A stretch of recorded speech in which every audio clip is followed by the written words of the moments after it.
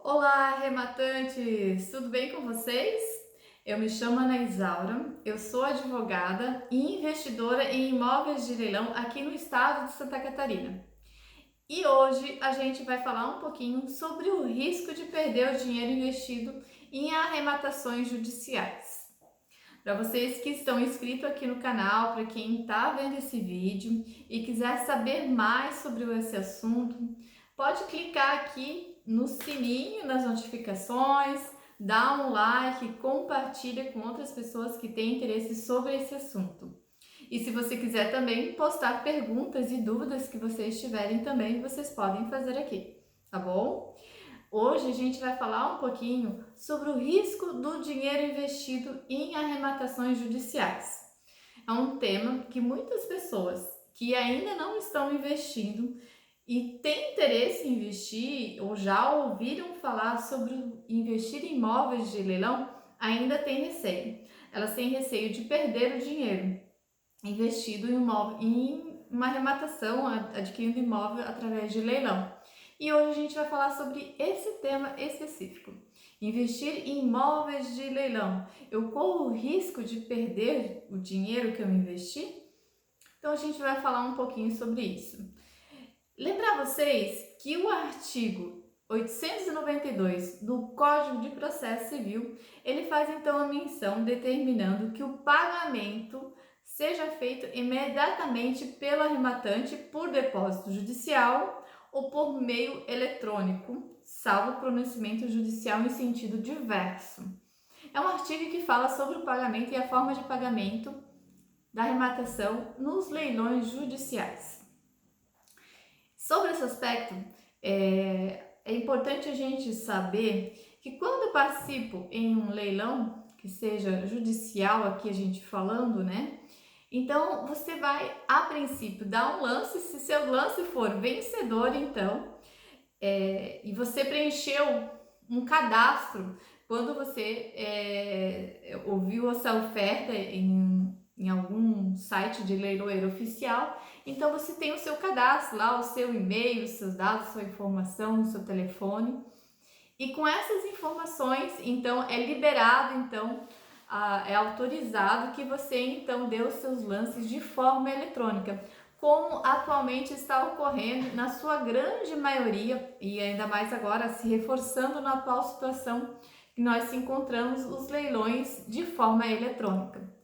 Então você pode dar o lance de onde você estiver, aí de qualquer lugar do nosso país, você pode dar um lance morando em Santa Catarina, dando um lance no Rio de Janeiro, em Porto Alegre, em outras capitais, em outras cidades que você tiver interesse. A facilidade de estar fazendo, então, participando de leilões, né, de forma online, né, que facilitou muito, assim, e abriu um novo caminho aí para os futuros ou os investidores que estão investindo em imóveis de leilão. E dessa forma, então, eu faço meu cadastro onde tem todas as minhas informações. Eu participando e sendo autorizada a participar desse leilão, eu tendo lance, então, dado um lance e sendo vencedora, logo na sequência, provavelmente o leiloeiro ele vai entrar em contato com você, ou ligando para você, ou enviando um e-mail com as informações, né, exatas como você vai realizar o seu pagamento. Esse artigo 892, ele fala que imediatamente, então, o arrematante deve fazer o pagamento por depósito judicial. Esse imediatamente não é imediatamente no dia exatamente que eu estou efetuando o lance, né? Que vocês fiquem sabendo, então, que esse imediatamente geralmente vai estar lá no edital, o prazo, geralmente é 24 horas após, né, você ter dado o lance, né? No dia que você deu o lance, você tem 24 horas, então, para fazer esse pagamento. A forma de pagamento vai ser por depósito judicial. Exatamente. O leiloeiro ele vai enviar para você um boleto, então, geralmente, né, o que se faz nas comarcas do leiloeiro, ele vai gerar um boleto, que é um depósito judicial, então, que você vai estar fazendo no valor da arrematação, no valor do lance, né, que você deu e que foi vencedor.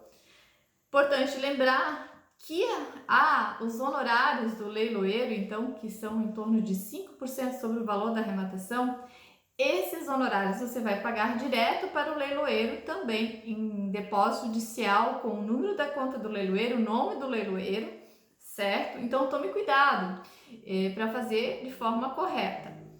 A informação do leiloeiro, sendo um leilão judicial, né, vai estar constando então no próprio edital. Você pode estar consultando, ligando então para a vara onde aconteceu, onde esse processo tramitou e onde aconteceu esse leilão, para confirmar, olha, estou fazendo um depósito judicial em nome desse leiloeiro. É correto? Ele está inscrito? Sim, ele está corretamente. Então, o cartório dessa vara ele vai dar as informações e você pode, com tranquilidade, fazer então o depósito de 5% dos honorários do leiloeiro. Você vai fazer então um depósito em nome do leiloeiro. Lembre-se sempre de fazer em nome do leiloeiro, tá?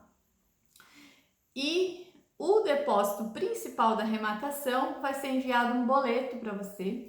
E quando existia leilões de forma presencial, era feito um cheque, né? Um cheque calção, onde você poderia descrever ali para onde que você estava, para designação do leilão, né? Específico, né? Para a vara determinada ali do processo onde corria o leilão. Hoje, na sua maior normativa no geral, né, é feito então enviado um boleto para um depósito, para aquela conta, para aquele processo específico, né, para que você faça o depósito daqueles valores e você vai ao banco e paga aquele boleto no valor da sua arrematação, tá? E eu tenho medo, assim, as pessoas vêm perguntar, mas eu tenho medo de perder esse dinheiro.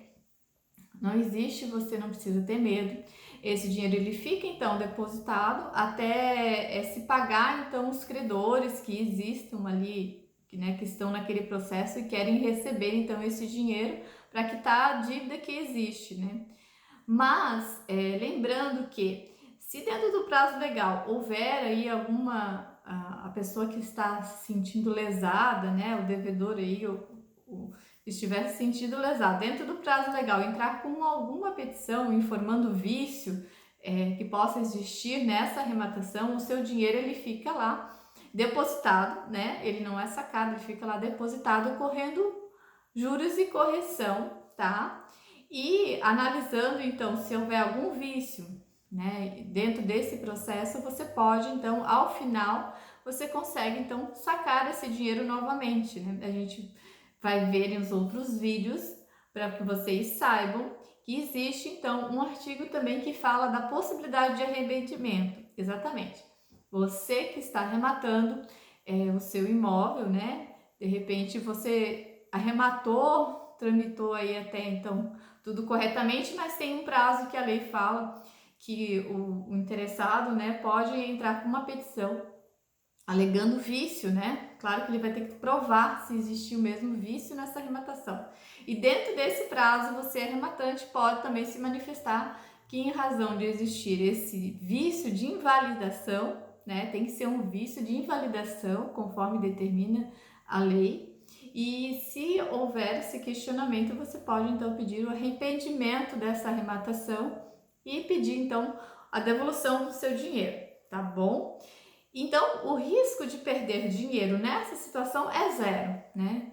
O dinheiro vai ficar então depositado em uma conta judicial, a conta, né, que está lá no processo, e vai ficar lá aguardando que o juiz então ele decida de alguma forma, né, se tem razão ou não, e você pode então aguardar esse movimento do juiz ou pedir o dinheiro de volta dentro do prazo legal, que se fala que é os 10 dias, né, depois que alguém entrou aí com esse pedido de invalidação dessa arrematação por algum vício que possa ter ocorrido na tramitação do processo, né, do leilão, enfim, da tramitação toda do processo e da arrematação.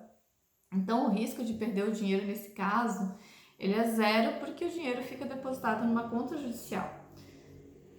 Eu espero então que eu tenha trazido boas informações para vocês, né? E para quem ainda não começou a investir em imóveis de leilão e tem interesse, né?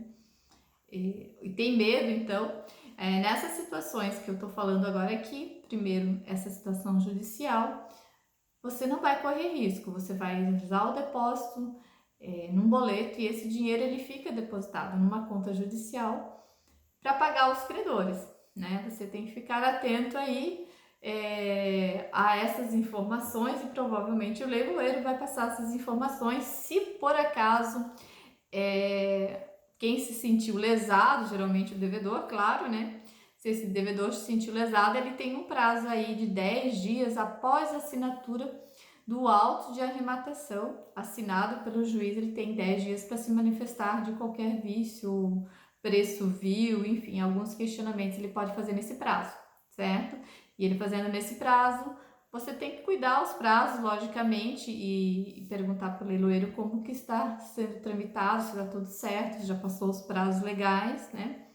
Para que você efetive a sua arrematação e o juiz espeça então a sua carta de arrematação.